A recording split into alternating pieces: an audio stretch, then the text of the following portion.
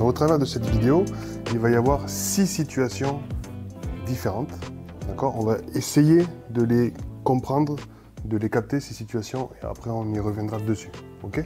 Si vous dites « Hey, tu veux boire un thé ?» et qu'on vous répond « Je sais pas, je suis pas sûr », alors vous pouvez leur préparer un thé ou non. Et si la personne est inconsciente, ne lui préparez pas de thé. Les gens inconscients ne veulent pas boire le thé. Et en plus, ils sont incapables de répondre à la question « Voulez-vous du thé ?» parce qu'ils sont inconscients. Que l'on parle de thé ou de sexe, c'est pareil. Le consentement est la clé.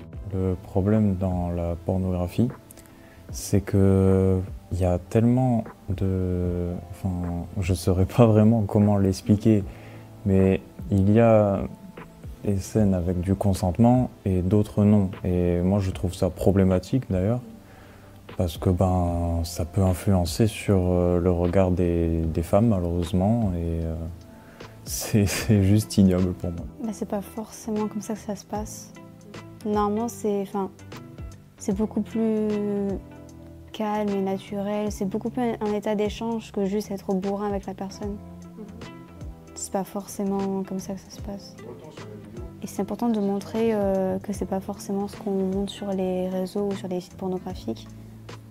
Que les sites pornographiques, c'est fait pour exagérer et... c'est exagéré dans le sens où c'est mal montré. Et oui, c'est de la violence envers les femmes, il n'y a pas de... Si, par contre, quand elle insiste trop, au final, pour juste qu'elle arrête d'insister, tu dis oui et au final, tu ne voulais pas vraiment. Pourtant, toi, tu sais ce que tu veux. Oui, mais quand la personne elle insiste, juste pour qu'elle arrête d'insister, tu peux finir par dire oui. Et quoi qu'il arrive, sur ce thème-là, le doute n'est pas permis. Donc c'est là où il faut être franc, honnête et dire clairement les choses. La pornographie est pour ces jeunes-là quelque chose de très sensible. C'est un sujet qui est difficile à aborder parce qu'il va générer beaucoup de barrières. Parce que même si on fait un pacte de confiance avec eux en début de séance, où on dit que rien ne sortira de la salle, il ne faut pas juger, etc. La pornographie, c'est quelque chose qui va outrepasser un petit peu ça et qui peut être sujet justement à dériver sur d'autres problématiques, des moqueries qui peuvent après amener à du harcèlement.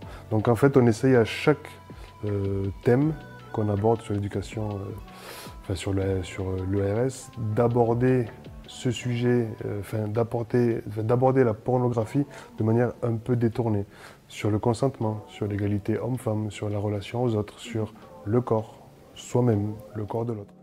Alors à Apprentis d'Auteuil, on a une politique qui veut développer l'ERS, aussi bien au niveau du territoire national que de la région sud-ouest.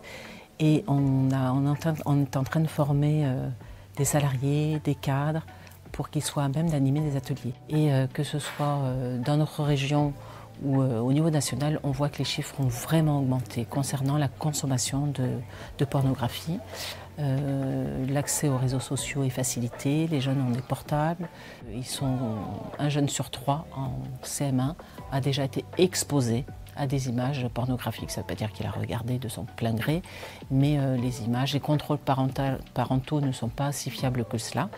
Et c'est une vraie question de société que tout le monde doit prendre en compte.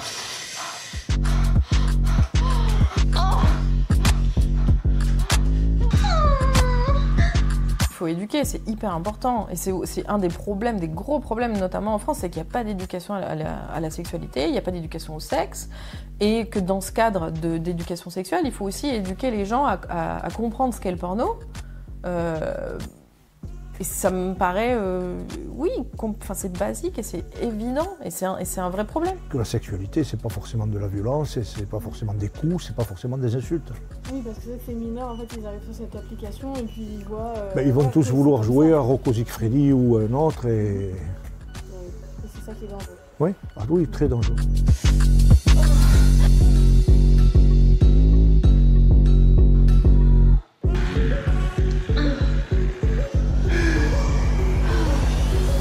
Oui, ces réalisateurs, les Pascal Opé, Matage Dix, Oliver Sweet, je les ai croisés dans ma carrière. Et oui, j'ai été victime de l'un d'entre eux.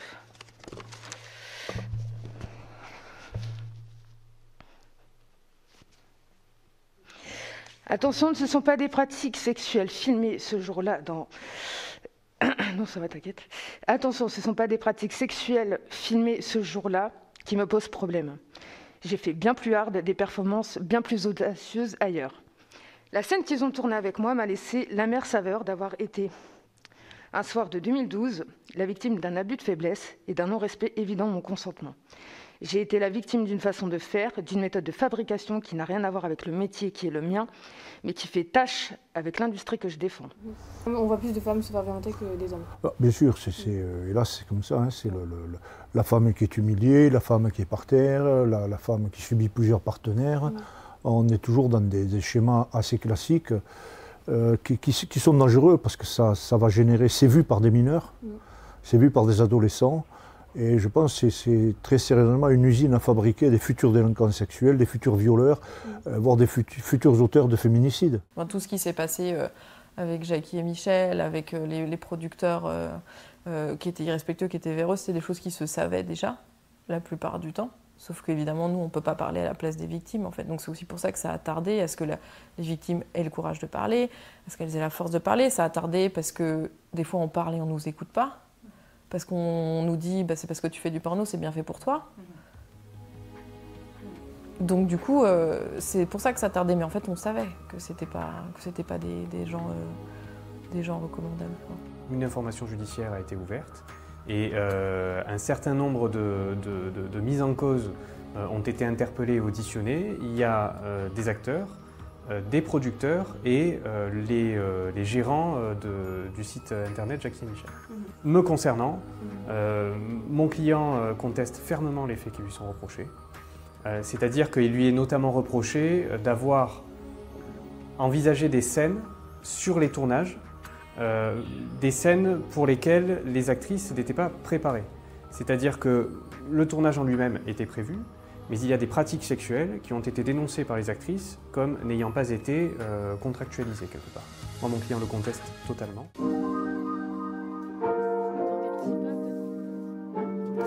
C'est le rapport du Sénat que j'ai là. Il y a toute une liste de recommandations visant à un strict contrôle de ces contenus, contrôle de l'âge des acteurs, surtout des actrices, parce que c'est surtout là qu'est le problème, même si on a des acteurs qui ne sont pas majeurs non plus. Contrôle aussi sur des vidéos avant la mise en ligne. On a demandé, en passant par le ministère de l'Intérieur, qu'elle passe par la plateforme Pharos, je crois que c'est, qui vérifie tous les contenus, quitte à interdire.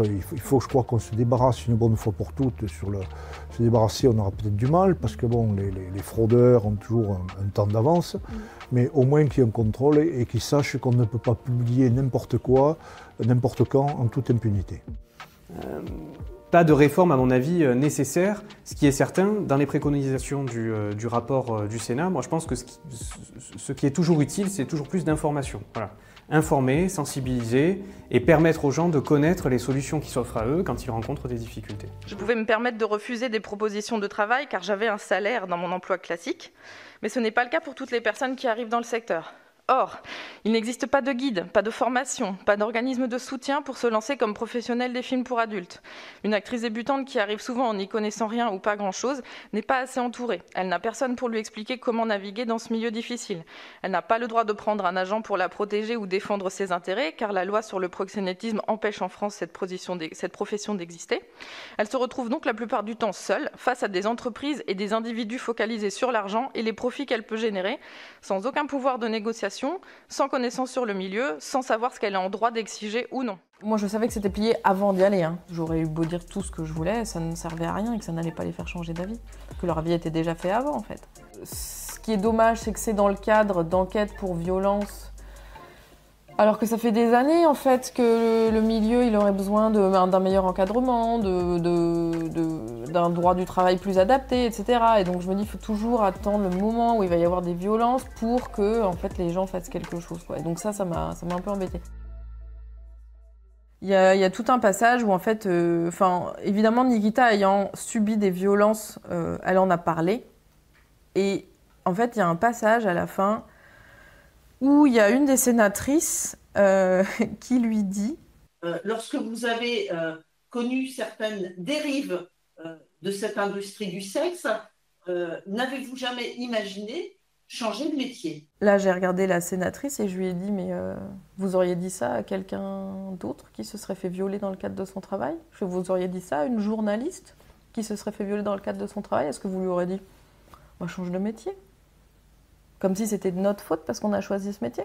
Et là, vraiment, ce moment où elle dit ça, vraiment, j'ai dit, mais c'est pas possible en fait. Je veux dire, se faire violer dans le cadre de son travail, c'est horrible.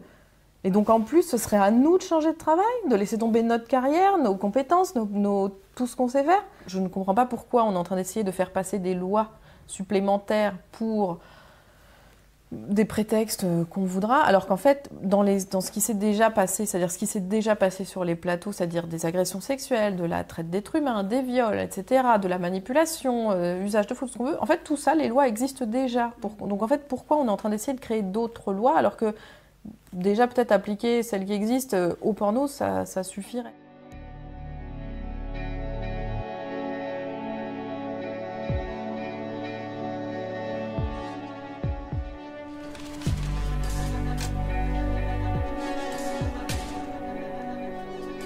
Le porno mainstream, il est construit sur une recette qui marche bien. C'est vraiment un peu, on va dire, je fais toujours la comparaison avec le Big Mac. C'est la même recette tout le temps, ça fait des années, et ça marche, et ça continue de marcher, parce qu'en fait, les gens, ils aiment bien, c'est du contenu qui est facile, on sait ce qu'on va avoir, on sait qu'on va l'apprécier, voilà. Et en fait, bah, y a des fois, tu as envie d'un burger, tu prends un Big Mac, mais du coup, pour continuer la comparaison, moi j'estime que mes films, ça va être plutôt le petit burger artisanal du petit resto du coin de ton quartier, avec des produits locaux, avec des trucs mieux sourcés, avec peut-être une recette qui va être un peu plus inventive. Montrer des choses qui sortent un peu de la norme hétérosexuelle, de la norme de corps, des standards de beauté, et montrer des personnes aussi non blanches, des personnes non hétéros, des personnes avec des corps différents. C'est mon but, c'est ce vers quoi je tends. Mais bien sûr que c'est possible de travailler en respectant les gens, avant le film, pendant le film et après le film, parce que c'est important aussi, et en les payant correctement, en leur offrant des bonnes conditions de travail, du confort, de la sécurité, du respect. Bien sûr que je pense que c'est possible. Et il y a une jeune génération aussi qui arrive et qui est tellement, j'ai l'impression en avance sur nous comme qu'on pouvait l'être à l'époque, qui ont une bien meilleure compréhension de qui ils sont, de comment est le monde dans lequel on vit, de leur sexualité, leur rapport au sexe, au porno et tout ça, est tellement, leur identité est tellement évoluée, je les envie en fait, vraiment.